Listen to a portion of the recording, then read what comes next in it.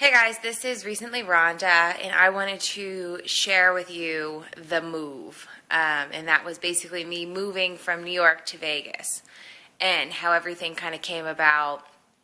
And there's a lot of different elements here, so if you bear with me, I promise it might make some sense. So I had never been to Vegas. This was almost 3 years ago. And I had never been to Vegas, so a coworker of mine, her and I orchestrated this whole girls' weekend that was going to be a long weekend. I had told the ex that it was a business trip because he was mad that I was going without him because that's just how our dynamic was. So it was me and 3 other girls. One was my coworker's best friend. The other one was my good friend at the time. We came out, we partied. That's when I first met Fitzy and Phil, face to face, and Todd as well, and a couple other people. And we had a good time that weekend, but that's not the story that needs to be told. So after that weekend, I had come back to New York, and I went back to my job, and the guy that was actually the regional manager out here, I had met him as well when I was out partying or whatever. And I get back to the office and come to find out, I found out that he had gone up to bat for me. And I'm the type of person where loyalty is huge to me, so he wanted me. He wanted me to be his sales executive. He wanted to, teach me how to do sales and stuff like that, give me an opportunity to move up. And the president of my company, or the owner of all my franchises, and my VP were not sold by this. They didn't have faith in me, which the regional manager here, the district manager here did.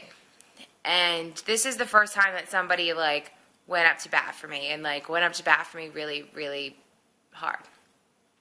And he knew kind of the struggles that I was having and stuff like that. So he pushed for it, and he said, I want Rhonda, and that's the end of discussion. She's coming out here. So I say, okay, let's see if she can hang. So what had happened was literally as soon as I got back from my first ever trip in Vegas, I'm flying out a week later. Crazy. So I get there, and it's balls to the wall again. I'm partying with Fitzy and Phil, but I'm doing my job. They put me up in the Sahara Hotel, which is now closed down, so you can see what a fine establishment that was. So they put me up in the Sahara, and I'm ready for work, and it was a 3-day thing, so it was, I got in Sunday night, then it was Monday, Tuesday, Wednesday, and then I flew home Wednesday night. Well, I came in, I did the job, I fucking kicked ass. My VP came in and tried to, throw me off my game or whatever, and just kind of fed me to the wolves. Well, in outside sales, honey, you need to wear flats. That's what they told me. There's no way you're ever going to wear heels. I wore 3-inch heels all the goddamn day. My VP was running on purpose to try to see if I could hang or not. This bitch is going to wear heels. She's going to learn that wearing heels is not a good idea. Well, guess what? I won. So I get back to work the very next, the day after he flies out. So it was Thursday morning that I get back to work in Albany, sit down at my desk. I don't really like the people I work with. They're all catty. It's like high school. It's fucking terrible. It's the same old shit where as soon as you leave the room, everybody's saying stuff about everybody, and that's just not my style. So I get back, and I'm talking to people yeah, Vegas is awesome, whatever. I can definitely see myself living there. If I were to go, when would I be going? And then they all give me this weird-ass look. And I'm like, what the fuck? Am I missing something? Is there something behind me? Am I missing something? I don't understand. What's going on? And they're like, you didn't know? And now I'm freaking out. I'm like, no, I did not know. Now it's Thursday, mind you. I have to be packed, moved, and uproot my entire life by Wednesday. So literally 6 fucking days after, I found out. I was just in shock. I freaked out.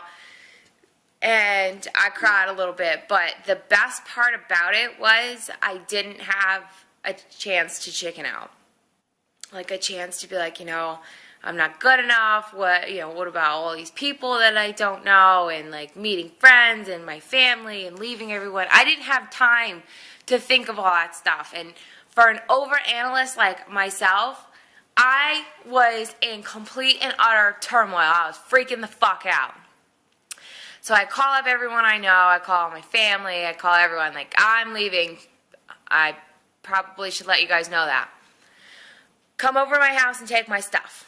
So me and the ex still live together at this point. So there's literally people walking in and out of my house just taking stuff. Because I'm like, I can't afford to move it by myself. It's like 4 G's just to have a U-Haul across the country. So I did not do that. I was like, fuck it, I'll just buy new shit. After the price of moving it, my shit's really not that nice, so what's the difference if I just buy new stuff? Anyways, it's going to cost me the same amount, maybe less. So people are coming in and out. The ex is bugging out the entire time. Like, don't take this, don't take that. I go, whatever you want, dude, take. Take with you. But some stuff has to go, out with the old, in with the new. That's just what it is. So, when I had found out, like I said, it was Thursday, me and the ex sat down and we basically had a conversation about how I was ruining his life and how I am fucking up his opportunity for what he wanted to do. And this is, a million fights later between him and I, so I go back to what I know how to do. So I start, writing down my business plan and all this stuff that they asked me to do. I'm taking phone calls from people I know. I'm going out, I'm partying like a maniac, just so I can see the people that I, hold near and dear, and I can make sure that I talk to them and stuff like that before I go, because this is a huge decision. And it came so quick, and it was terrifying, absolutely terrifying. It was the most terrifying thing that I had to deal with at that point in my life.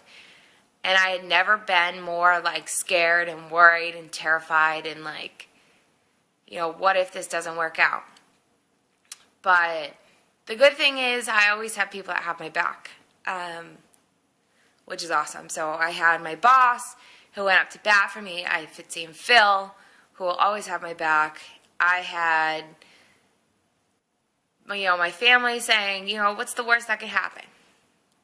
And then that's when I developed my life motto, If I do this, is always what I ask myself when it comes down to, a decision that I have to make. If I do this, what's the worst that could happen?